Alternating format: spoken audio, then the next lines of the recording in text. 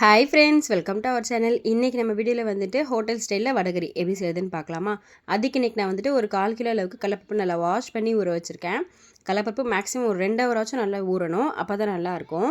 நான் வந்துட்டு ஈவினிங் ஒரு 3 o'clock போலவே பிளான் பண்ணிவிட்டேன். நைட் வந்துட்டு வடகரி செய்யணுன்ட்டு 3 மணிக்கே வந்துட்டு ஒரு 1/4 கிலோ அளவுக்கு கடலைப்பருப்பு நல்லா அலசி ஊற வச்சுட்டேன்.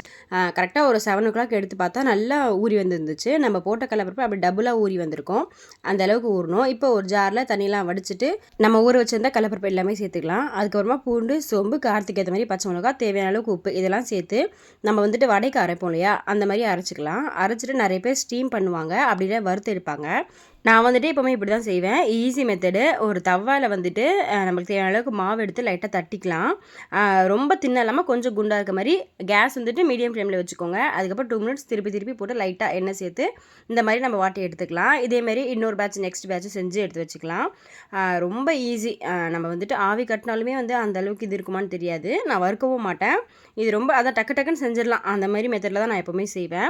இந்த மாதிரி செஞ்சு பாருங்கள், நல்லாயிருக்கும். அதுக்கப்புறமா ஒரு டேபிள் ஸ்பூன் அளவுக்கு நான் கொஞ்சமாக மாவு நிறுத்தி வச்சுருக்கேன். லாஸ்ட்டாக கிரேவியில் வந்துட்டு நம்ம அதை வந்துட்டு கொஞ்சம் தண்ணியில் டைல்யூட் பண்ணி போட்டுக்கலாம் அப்படின்னு சொல்லிட்டு இப்போ வந்துட்டு நம்ம கிரேவி செய்ய ஆரம்பிச்சிடலாம். ஒரு பேனில் தேவையான அளவுக்கு எண்ணெய், கொஞ்சமாக சோம்பு, பட்டை, லவங்கம், ஏலக்காய் மட்டும் சேர்க்கல, பட்டை, லவங்கம், அதுக்கப்புறமா பிரியாணி இலை இதெல்லாம் சேர்த்துருக்கேன். காரத்துக்காக 2 பச்சை மிளகாவுமே சேர்த்துருக்கேன். இதில் வந்துட்டு ஃபுல்லாக நான் சின்ன வெங்காயம் தான் சேர்த்துருக்கேன். சின்ன வெங்காயம் சேர்த்தா டேஸ்ட் இன்னுமே சூப்பராக இருக்கும். நெக்ஸ்ட் வந்துட்டு தேவையான அளவுக்கு உப்பு இதில் சேர்த்துக்கலாம். நம்ம ஆல்ரெடி வந்துட்டு அந்த கடலைப்பருப்பு மாவுலேயே வந்துட்டு உப்பு சேர்த்துருக்கோம், அதனால் பார்த்து சேர்த்துக்கலாம். லைட்டாக வதங்கினா போதும், ரொம்ப வதங்கணும்னு அவசியம் இல்லை வெங்காயம். நெக்ஸ்ட் வந்து தக்காளி, கொஞ்சம் புதினா, கொத்தமல்லி இதெல்லாம் சேர்த்து நல்லா மிக்ஸ் பண்ணி விட்டுட்டு வடகரிக்கு மட்டும் இஞ்சி பூண்டு எப்போவுமே லாஸ்ட்டில் போட்டு பாருங்கள், அதோட டேஸ்ட்டு தனியாக இருக்கும்.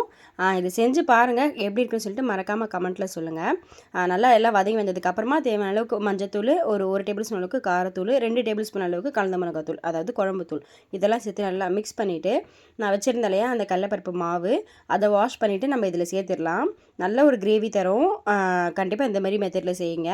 நெக்ஸ்ட் வந்துட்டு இதெல்லாம் நல்லா கொதிச்சு அந்த மசாலாவோட பச்சை வாசனை போனதுக்கு அப்புறமா உங்களுக்கு எந்த அளவுக்கு கிரேவி தேவையோ அந்த அளவுக்கு நம்ம தண்ணி சேர்த்துக்கலாம். தண்ணி சேர்த்துட்டு உப்பு காரம் எல்லாம் செக் பண்ணிக்கோங்க.